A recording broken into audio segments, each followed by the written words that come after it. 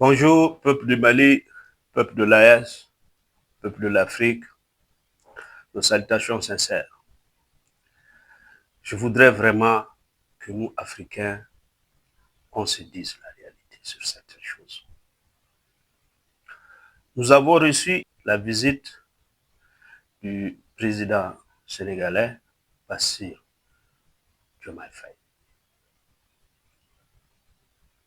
Par respect pour notre président qui l'a reçu, le général Assimi Goïta, par respect pour lui, nous le recevons, nous l'acceptons et nous l'avons écouté. Mais très sincèrement, je trouve que Bassirou Diomaye Faye n'a pas été à la hauteur des attentes du peuple malien. Il n'a pas su livrer un discours africain, ni moins un discours d'un pays voisin du Mali. Aujourd'hui, un Mali qui est en guerre. Un Mali qui est en guerre contre des terroristes alimentés, entraînés et soutenus par la France et l'Ukraine. Le président sénégalais, nous regrettons, n'a pas pu donner un sens à l'amitié des pays africains. Et encore, considérant la proximité, sinon disons que le même peuple, parce que entre le Mali et le Sénégal, c'est le même peuple, Bassirou Diomaye n'a pas pu donner un discours à la hauteur de la visite attendue au Mali, et surtout en cette circonstance difficile où le Mali est en guerre, où les pays de l'AES sont en guerre. Et je crois que toutes les informations ont été données. Et nous remercions ici le président nigérien pour avoir joué pleinement son rôle en matière de communication et d'information sur la situation sécuritaire des pays de l'AES. Aujourd'hui, chaque pays africain, chaque peuple africain doit comprendre aujourd'hui à quoi nous avons affaire. Nous attendions plutôt du discours du président sénégalais pour nous annoncer qu'en raison des vérités établies sur la participation de la France à l'organisation et à l'armement des terroristes au Mali, sur la base des vraies informations fournies sur la participation, l'entraînement et l'accompagnement de l'Ukraine des terroristes au Mali et au Sahel, nous allons demander aux ambassades d'Ukraine ou à l'ambassade d'Ukraine, au moins pour le Sénégal, de dégager. Et en tant que président de la CEDEAO, si vous pensez que vous êtes une partie de l'Afrique, demandez aux autres pays de faire dégager les ambassades des Ukrainiens. Parce que ce ne sont pas des ambassades. Ce sont des centres d'entraînement. Ce sont des centres d'équipement. Ce sont des centres d'information pour les terroristes sur le terrain. Aujourd'hui, ces terroristes sont en train de tuer qui? Ils sont en train de tuer les populations. Ils sont en train de violer les femmes. Et le président, surtout le président sénégalais, n'a pas eu le courage de le dire. Entre nos deux peuples, le peuple du Mali et le peuple du Sénégal, il n'y a jamais eu de problème. Les deux peuples n'ont jamais cédé à la peur pour tout le désordre que les terroristes sont en train de semer sur la voie. Les deux peuples ont convenu et accepté de se livrer, de se sacrifier pour continuer les échanges entre les deux nations. Le problème que nous avons, ou la crainte et l'inquiétude, se sent au niveau des autorités du Sénégal, et particulièrement à la tête de son président. Donc aujourd'hui, il faut que le président sénégalais, en tant que président de la CEDEAO, révise son discours, révise la nature des discours qu'il livre aux peuples africains, et surtout aux peuples de l'AES, qui aujourd'hui sont agressés de tous les côtés et visiblement par la France et l'Ukraine.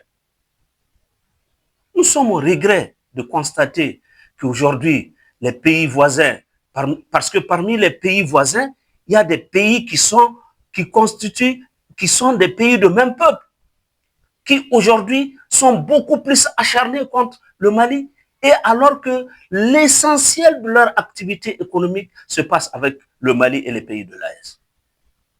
Il faudra que l'on commence à changer et à demander à ces présidents de changer de discours, sinon que nous allons demander au président humblement et avec respect même de refuser de recevoir certains types de présidents sur nos terres. Parce qu'aujourd'hui, nous ne voulons pas la visite d'un chef d'État qui vient pour nous distraire. Et nous le disons, nous le répétons, le Mali est en guerre et en guerre contre des puissances.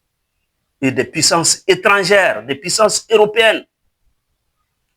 Ici, tout le monde se rappelle que quand la France a décidé de couper ses relations avec le Mali et les pays de l'AES, automatiquement les pays européens ont suivi et ont accepté.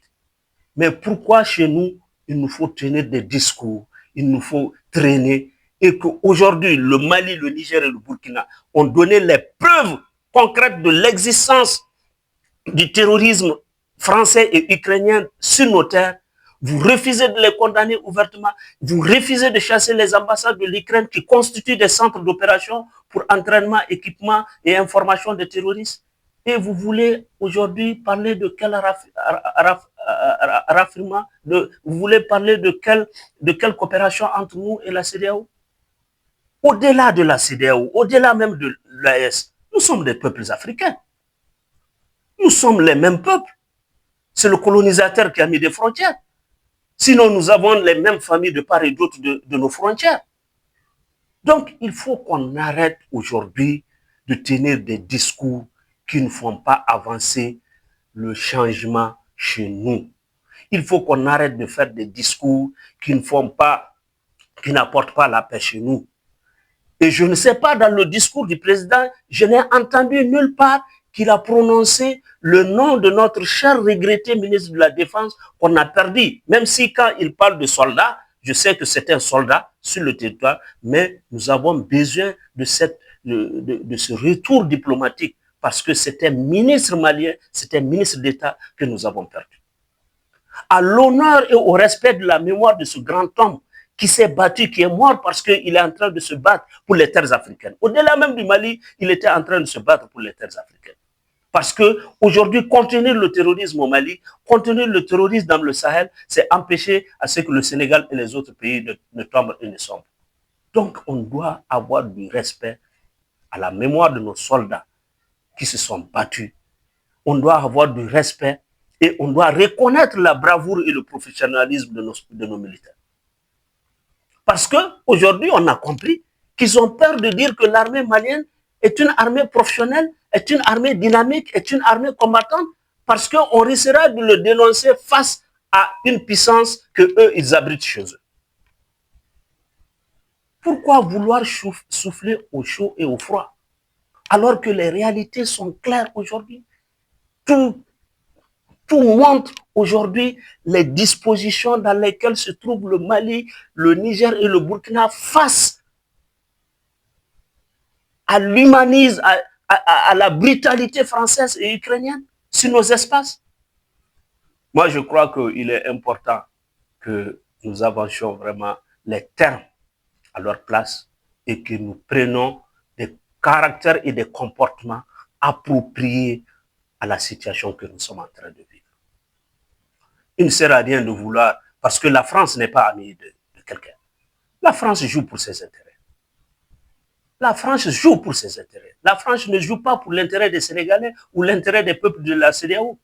C'est pourquoi je profite de cette occasion pour demander à tous les activistes, à tous les acteurs de la société civile, au peuple de la CEDEAO de se lever et de demander à ce que leur pays chasse les ambassades ukrainiennes qui sont chez eux. Parce que ce ne sont pas des missions diplomatiques. Nous informons nos autres peuples en Côte d'Ivoire, au Sénégal et dans les autres pays. Nous vous informons que les ambassades de l'Ukraine chez vous ne sont pas des ambassades diplomatiques, ce sont des ambassades d'instruction, de formation, d'information et d'armement des terroristes dans le Sahel. Voilà la réalité. Et nous vous demandons aujourd'hui de vous lever et de demander à ce que ces gens-là dégagent de chez nous.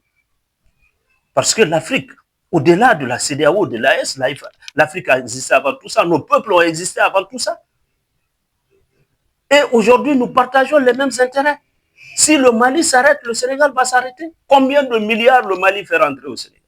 Et moi, aujourd'hui, si je pouvais décider de quelque chose, j'allais demander au Sénégal pour que désormais nos marchandises passent par le Sénégal, il faudra que l'armée sénégalaise s'associe à l'armée malienne pour escorter les marchandises de Dakar jusqu'à Bamako. Parce que les deux peuples, les deux nations en profitent des actions de nos militaires qui meurent aujourd'hui sur ces voies, qui font tout pour sécuriser. Donc, c'était un message vraiment que je voulais passer. Je vous remercie, peuple d'Afrique. Et la lutte continue et nous demandons aux peuples africains de s'associer à nous pour éradiquer complètement la domination des impérialistes français et ukrainiens. Je vous remercie.